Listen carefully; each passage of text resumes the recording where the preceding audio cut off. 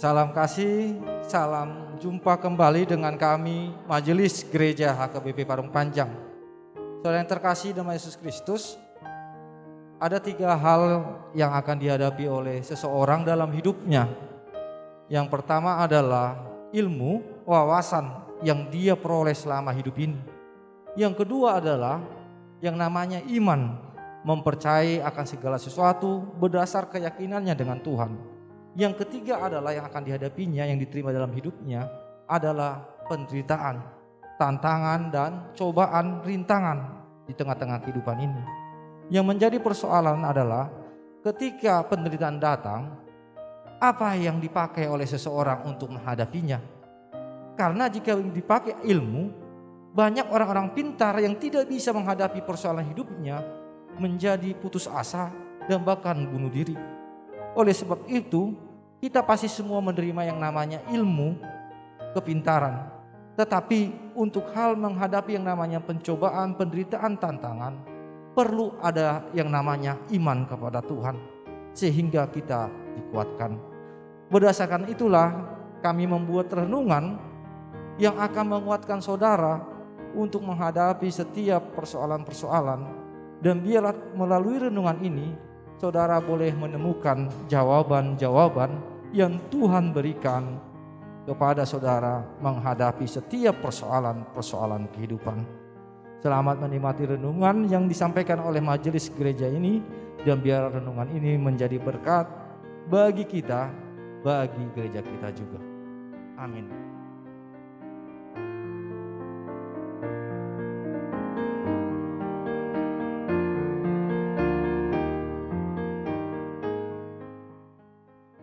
Selamat pagi, salam kasih. Kita berjumpa kembali dalam kasih Tuhan. Marilah kita persatukan hati kita melalui doa kita bersama-sama. Marilah kita berdoa. Terima kasih Tuhan atas pagi yang baru yang Tuhan berikan kepada kami. Dan biarlah kami mensyukurinya dengan firman Tuhan yang mengajari kami, menuntun kami di dalam menjalankan aktivitas kami pada pagi hari ini. Berfirmanlah Tuhan, kami telah siap sedia untuk mendengar. Amin. Saudara yang terkasih, firman Tuhan yang menyapa kita pada pagi hari ini tertulis dalam 1 Petrus 1 ayat 17. 1 Petrus 1 ayatnya yang ke-17. Demikianlah firman Tuhan. Dan jika kamu menyebutnya Bapa, yaitu Dia yang tanpa memandang muka menghakimi semua orang menurut perbuatannya, maka hendaklah kamu hidup dalam ketakutan selama kamu menumpang di dunia ini.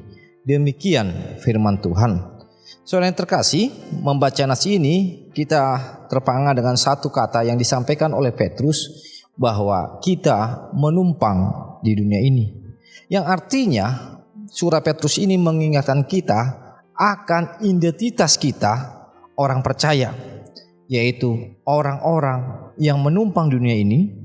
Dengan kata lain, Petrus ingin mengatakan bahwa jati diri kita, identitas kita adalah warga kerajaan Allah, bukan warga kerajaan dunia ini. Sehingga kita harus mempunyai pola pikir yang berbeda dengan pola pikir dunia.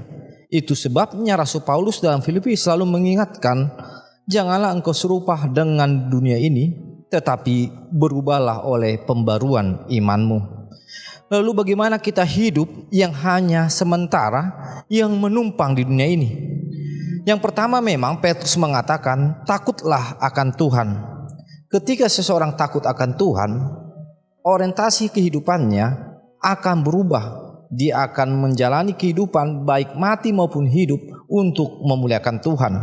Sehingga sangat jelas apa yang dikatakan Rasul Paulus dalam Roma 14 ayat 8, bahwa baik mati maupun hidup hanya untuk kemuliaan Tuhan. Sehingga kita diarahkan dan diingatkan melalui takut akan Tuhan, yaitu hidup yang berorientasi hanya kepada Allah atau teosentris. Sehingga apa yang kita lakukan adalah cerminan kemuliaan nama Tuhan. Yang kedua, jika dikatakan kita menumpang, berarti kita diberikan hak istimewa, atau dalam kata lain sebagai warga kerajaan Allah, kita diberikan yang namanya Roh Kudus. Sehingga kita dimampukan, kita dikuatkan, dan Allah selalu menyertai kita selama perjalanan kehidupan dunia ini, sehingga kita bisa juga mampu menyebut Allah sebagai Bapa, bagaimana Yesus Kristus menyebut Allah dengan sebutan Bapa di sorga. Sehingga hak istimewa inilah yang harus kita pegang dan kita renungkan di tengah-tengah kehidupan kita. Yang ketiga, jika dikatakan kita menumpang sementara, yang artinya ada batas waktu kita untuk berada di tengah-tengah dunia ini.